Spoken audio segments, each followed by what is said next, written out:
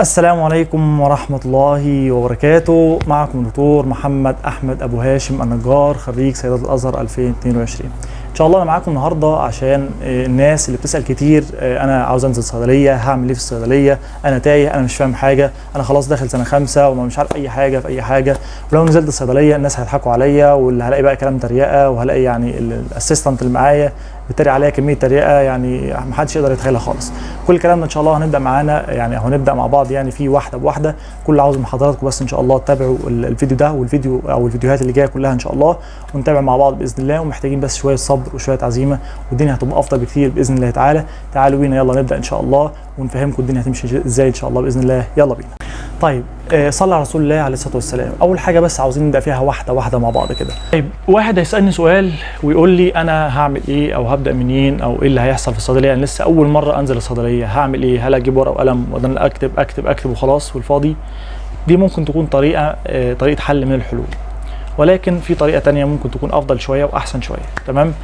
الطريقه اللي حضرتك مثلا هتختار المضادات الحيويه. تمام. هتمسك المضادات الحيويه اللي موجوده معاك في الصيدليه، هتختار بقى اذا كان معاك شراب او لو معاك حقن او لو معاك اقراص. تمام. هتبدا بقى تمسك فيهم وتشوف كل عيله من العائلات ايه، وتبدا تقسمها معاك. برضو هتكتبها في ورقه وقلم وتبدا تلف في الصيدليه عليهم. تمام. كل صيدليه بيبقى لها تنظيم معين في الادويه. يعني انا عندي هنا مثلا في الصيدليه منظمينها تبع الحروف الابجديه من الايه الى الزد، بس حاطين المضادات الحيويه لوحدها. تمام. ده مفيش مشكله. في ناس تانيين بيعملوا ايه؟ بيجيبوا كل حاجه لوحدها. يعني ايه؟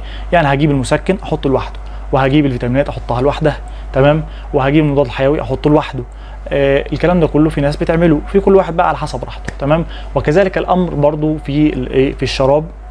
في ناس بترتب من الايه الى الزد في الشراب، في ناس لا ما بترتبش كده. في ناس بترتب بتحط ادويه الكحه مع بعضها، ادويه الاسهال لوحدها، ادويه الحساسيه لوحدها، ادويه المضادات الحيويه لوحدها. فالمهم كل اللي عاوز افهمه لك، انت على حسب كل صيدليه او الصيدليه اللي انت هتتدرب فيها او اللي هتكون موجود فيها هتمشي معاها على السيستم الموجود فيها. تمام.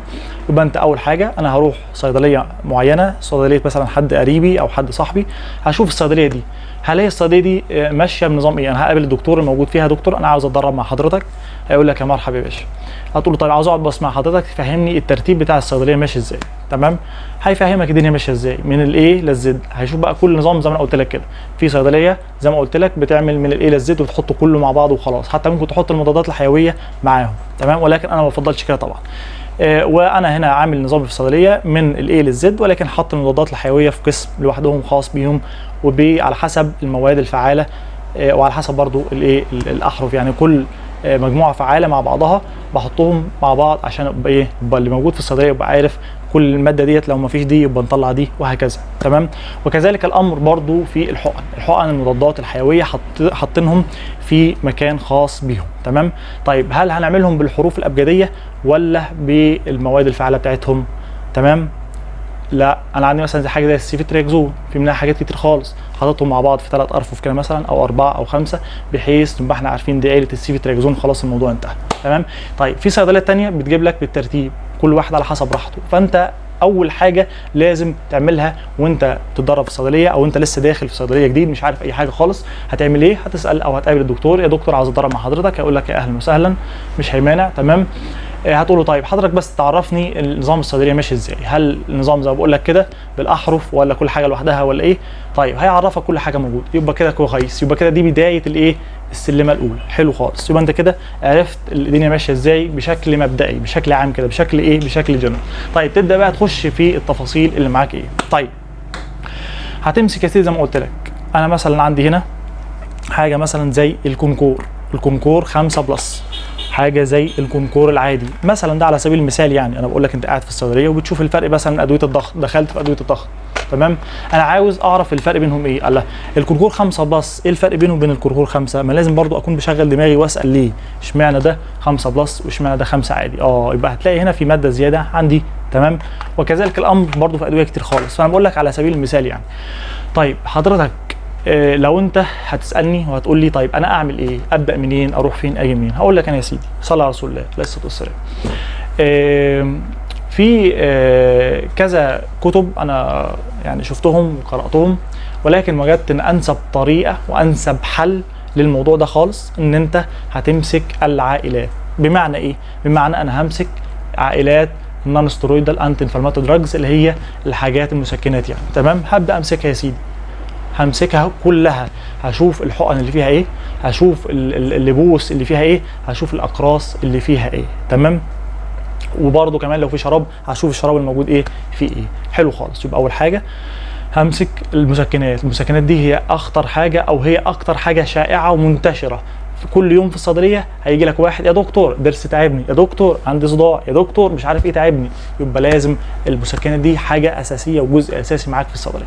طيب على سبيل المثال مثلا حاجه زي الكتافاست. الكتافاست مين؟ الكتافاست اكياس، ده مسكن قوي خالص للاسنان. تمام، من الاخطاء الشائعه في الصيدليه واللي بنشوفه كتير خالص، يجي واحد يقول لك يا دكتور انا عاوز كيس كتافاست.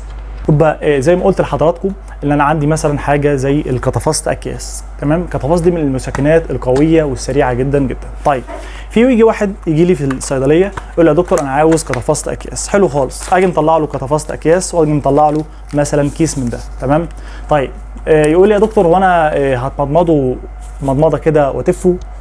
بستغرب، اقول له مضمضه وتفه، طب كده ايه اللي حصل؟ او انت استفدت، جسمك استفاد منه في ايه؟ فدي معلومه خاطئه جدا جدا برضه هتقابلها معاك في الصيدليه. موضوع الكتافاست كيس من اشهر الحاجات او من اشهر الادويه اللي بتستخدم استخدام خاطئ. وكده حضرتك لما حد يجي لك يقول لك يا دكتور الكتافاست اكياس هتستخدمه مضمضه وتفه، قول له كده الدواء كده ملوش اي 30 لازمه معاك، لازم تتمضمض بيه وتبلعه عشان الجسم يستفاد بيه. هما معلومه زي دي حضرتك عرفتها وانت قاعد في الصيدليه تسال وتعرف اخطاء كتير جدا الناس مش بيكونوا عارفينها. طيب يبقى حاجه زي الكتافاست دي مثلا اكياس، يجي لك واحد صيدلي يقول لك يا دكتور انا عندي ضرسي فيه تعب جامد، اخد ايه؟ عاوز حاجه سريعه بسرعه كده. يبقى على طول تدي له كتافاست اكياس، ياخد كيس معاك، هيظبط الدنيا خالص معاك. طيب وهكذا الامر في ادويه كتير خالص. يبقى انا بقول لك تمسك اول حاجه ان شاء الله هتمسك معاك المين؟ المسكنات. تمام، هتبدا بالمسكنات وتعرف التقسيمه بتاعتهم عامله ازاي والمواد الفعاله عامله ازاي، وتعرف اشد حاجه فيهم ايه. لو انا جالي واحد تعبان وبيموت او ضرسه تعبه او عنده صداع او الم شديد وعاوز مسكن، هديله مسكن ايه. كل الحاجات دي لازم تعرفها، اساسيات في الصيدليه. يبقى اول حاجه يا باشا هتبدا فيها ان شاء الله هتبدا بالمسكنات، سواء كان حقن، سواء كان اقراص، سواء كان لبوس، سواء كان شراب. تمام، دي اول معلومه. طيب ممكن تبدا بايه تاني؟ ممكن والله تبدا بالمضادات الحيويه، ولكن المضادات الحيويه ليه عليها تعليق صغير، ان المضادات الحيويه يعني مجالها واسع واسع واسع ابعد الحدود، يعني ممكن ياخد معاك وقت كبير جدا عشان تعرف تركز فيها خالص. تمام، وهتلاقي فيها حاجات كتير، في ادويه كتير فيها وفيها لخبطه، والعائلات بتخش في بعضها، وعندك فيرست جنريشن وسكند جنريشن والثيرد والفورث والفيفث، هتلاقي نفسك دخلت في موال كبير. فانا بنصحك خلي المضادات الحيويه شويه، تاني حاجه مثلا تبدا بيها، او ثالث حاجه. تمام، عندك برضو الحاجات بتاعه الايه؟ بتاعه السخونيه، او دواء الشراب بتاع السخونيه، ده برضو هتلاقيه في الحاجات المسكنات، هتعرفها برضو. طيب ادويه الكحه كذلك الامر. يبقى عندك حاجات كتير خالص. تمام، انت ما تلخبطش نفسك، ما تتوهش نفسك. اول حاجه ان شاء الله زي ما قلت لك هتجيب كشكول زي ده كده، مو صلاح معاك ماشي، وهتبدا تمسك ايه بقى؟ تعمل ايه؟ تجيب كده ورقه وقلم. تمام، وابدا وانا قاعد في الصيدليه هعمل ايه؟ همسك المسكنات، ابدا اشوف المسكنات العائلات اللي عندي ايه، والاسماء الايه التجاريه بتاعتها ايه. ماشي، يعني عندي مثلا مثال بسيط، يعني عندي مثلا على الكسفه اللي انت فيها يا حازم. عندي مثلا هنا حاجه زي الباي الكوفان. الباي الكوفان 150. حاجه زي الباي كيتوجيسيك. تمام، عندي كمان حاجه زي الباي بروفينيد. تمام، طيب دول كده لو بصيت فيهم انا قاعد كده حرف البي، هلاحظ ايه؟ هلاحظ ان الماده الفعاله فيهم كيتو بروفين. كيتو بروفين. يبقى الثلاثه دول هتلاقي الثلاثه كام؟ هتلاقي الثلاثه 150. لو حضرتك بصيت كده اهوت هتلاقي عندك هنا التركيز 150، والتركيز هنا 150، والتركيز هنا معاك 150 مللي جرام. وبالتالي اللي انا عاوز اوصله لك، انا مثلا حاجه زي دي، حاجه زي حرف البي كده، هبدا ابص كده من اول حرف الايه لغايه حرف الزد. خلينا في الاحرف يا سيدي. تمام، هنمسك الاحرف زي ما قلت لك من اول حرف الايه، هبدا اشوف المسكنات اللي معايا ايه. تمام، طيب حاجه زي الايه حرف البي دي، لقيت فيها ثلاث حاجات نفس المواد الفعاله، يبقى انا كده خلاص لزقت معايا هنا. طيب الجرعات برضو محتاجه تعرفها، الجرعه القصوى كام؟ لازم تعرف الحاجات دي كويس. هل ممكن اخد 3 حبات 4 حبات؟ في واحد يجي يقول لك انا خدت 5 6 حبات من دي، قول له حرام عليك، اتق الله اتق الله كده. ماشي. فالمهم لازم حضرتك تكون عارف الجرعات المسموح بيها في المسكنات قد ايه. ولازم برضو تكون عارف الجرعات او الادويه الامنه في الحمل، دي مهم جدا خالص، مهم جدا جدا جدا الادويه في الحمل.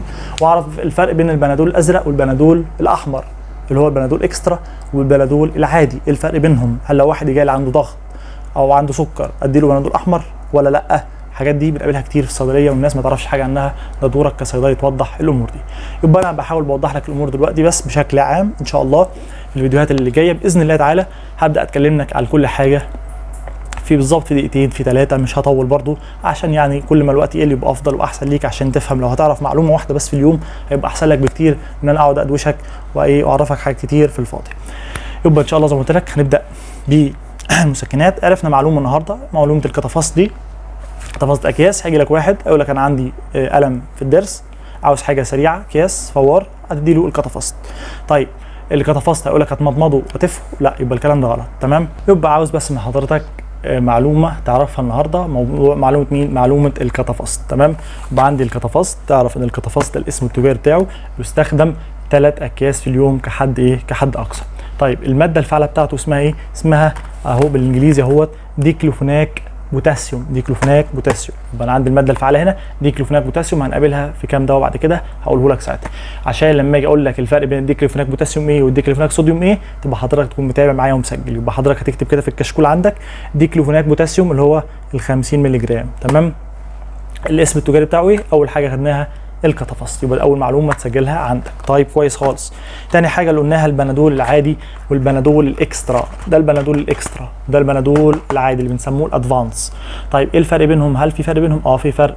طيب اللي هنا واللي هنا باراسيتامول، باراسيتامول، الباراسيتامول ده امن في الحمل. تمام. طيب وامن في الرضاعه وامن في كل حاجه، ولكن ده في ماده زياده اللي هو الكافيين، والكافيين ده لا يستخدم مع مرضى الضغط ولا يستخدم في حاله الايه؟ الحمل. يبقى ما يجي لك واحد صيدليه يا دكتور انا عاوز منك بنادول اكسترا، هتساله سؤال واحد بس، حضرتك مريض ضغط ولا لا؟ هيقول لك قول له ده مش هينفعك. مش معقول هتروح تقول له انت حامل ولا لا، اكيد مش طبيعي.